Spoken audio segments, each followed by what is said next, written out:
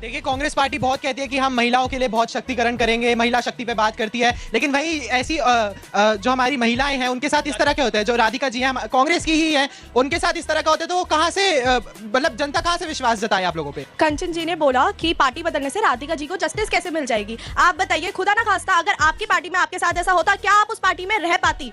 ये India alliance जो बेरोजगारी और महंगाई की बात करता है, तो आप बेरोजगारी और महंगाई की तो बात कर रहे हैं, जनसंख्या की बात कौन करेगा? जनसंख्या की भी तो बात करो।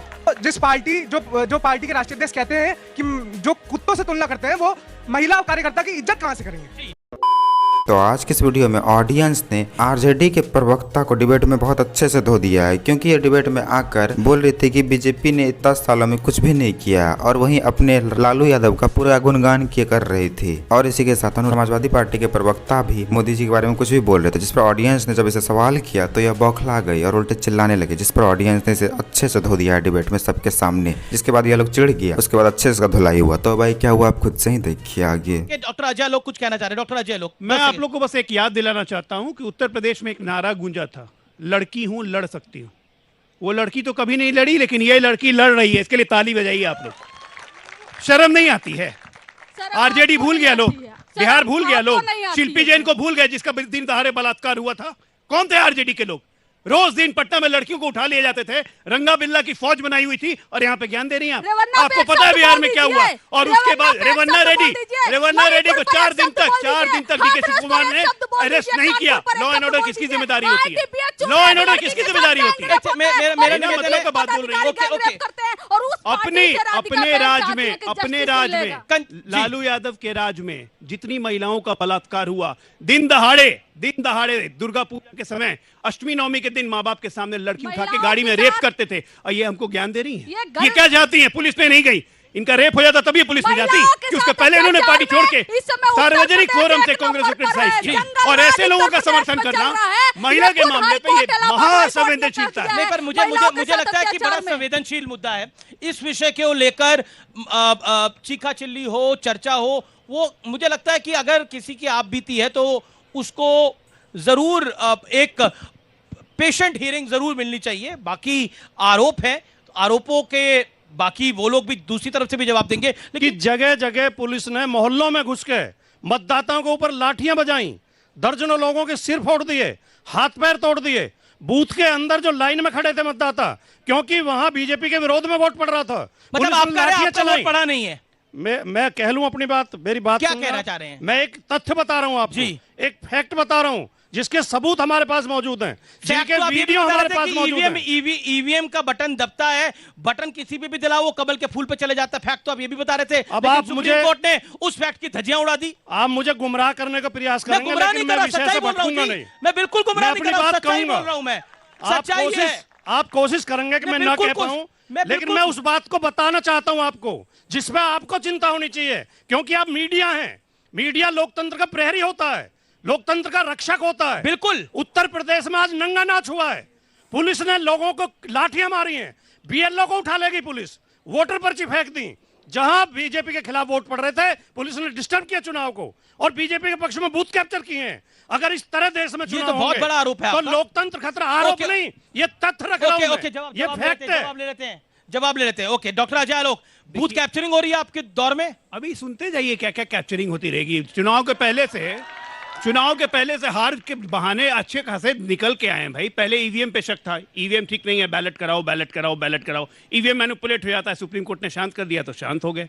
अब क्या हुआ उसके बाद? चुनाव आयोग निष्पक्ष नहीं है, चुनाव आयोग हमारी बात नहीं सुन रहा है, ये खत्म हो गया। आज तीसरे दौर के बाद इनको बूथ कैप्चरिंग याद आ रही है। अरे बूथ कैप्चरिंग के सरताज ये दोनों आरजेडी या सपा हैं, वो तो याद है ना, वो जिन निकलता है कहां से?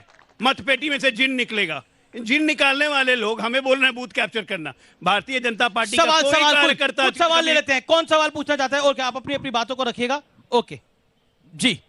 देखिए, कांग्रेस पार्टी बहुत कहती है कि हम महिलाओं के लिए बहुत शक्तिकरण करेंगे, महिला शक्ति पे बात करती है, लेकिन वही ऐसी जो हमारी महिलाएं हैं उनके साथ इस तरह के होते हैं। जो राधिका जी हैं कांग्रेस की ही है, उनके साथ इस तरह का होता है, तो वो कहां से मतलब जनता कहां से विश्वास जताए आप लोगों पे? जी, आप कुछ पूछना चाहते हैं?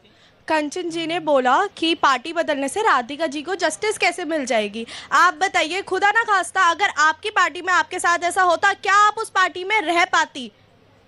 क्या आप उस पार्टी में रह पाती?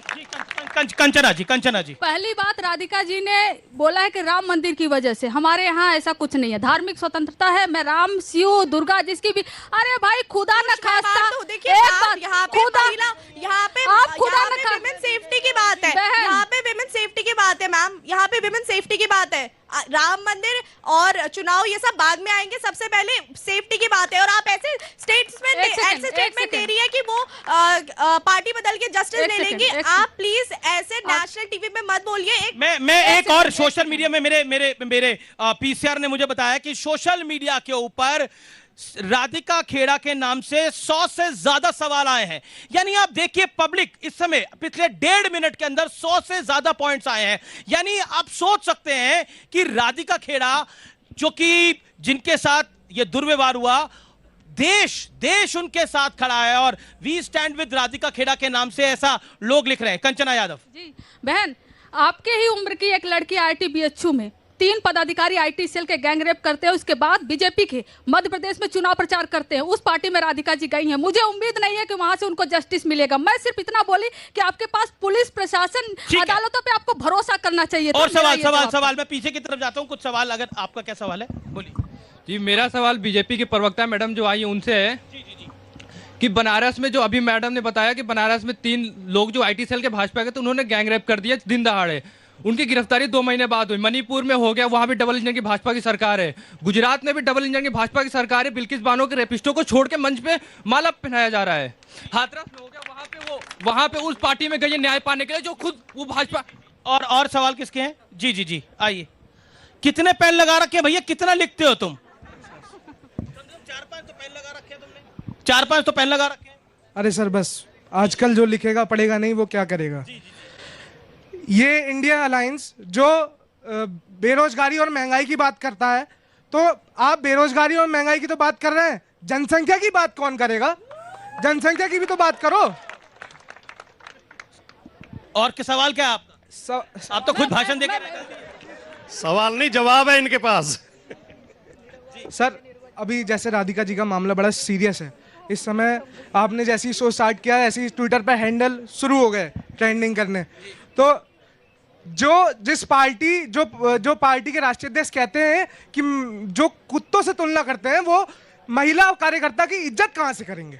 जी मैं ये एक सवाल आया एक बीजेपी के लिए भी कि आप लोग बात कर रहे हैं, आपने खुद क्या करा? बिल्किस बानो की बात आई। देखिए ऐसा है कि बिल्किस बानो को जिनको ने कहा कि रेपिस्टों को छोड़ दिया, ये छोड़ने वाला कानून किसने बनाया था ये पहले पता कर लिए। छोड़ने वाला कानून भी कांग्रेस पार्टी ने बनाया। और जब ये हुआ, कोर्ट ने जिस दिन उनकी वो रद्द की, उसी दिन वो जेल गए। बनारस की ये लोग बात कर रहे हैं कि 2 महीने बाद अरेस्टिंग हुई, उनके घर तक कुर्की जब्ती कर लिया गया। इन लोगों का लक्षण ही हर जगह अपनी धुलाई करवाने वाला, इसीलिए ये लोग हर जगह जाकर अपनी बेइज्जती कराते हैं। और आरजेडी की प्रवक्ता कह रही थी कि इसके राज्य में, बिहार में बहुत राम राज था, लेकिन वहीं सभी को पता है कि इसके राज्य में जंगल राज में क्या माहौल था बिहार का। लेकिन उसके बाद भी ये लोग इतना बेशर्म है कि अब चारा चोर होते हुए भी अपने नेता का ये लोग गुणगान करते हैं। सजा होने के बाद भी उन्हें कहते हैं कि उन्हें फंसाया गया है, जिस वजह से हर जगह अपनी धुलाई कराते हैं, पर इन्हें अब कोई फर्क नहीं पड़ता है। वैसे चुनाव के बाद इन लोगों का असली औकात पता चल जाएगा खुद ही। खैर, आपको थोड़ा सा वीडियो अच्छा लगा तो वीडियो को लाइक कर दीजिए और ऐसे ही वीडियोस के लिए आप हमारे चैनल को सब्सक्राइब जरूर कर लीजिएगा। हम मिलते हैं बहुत जल्द किसी और वीडियो में।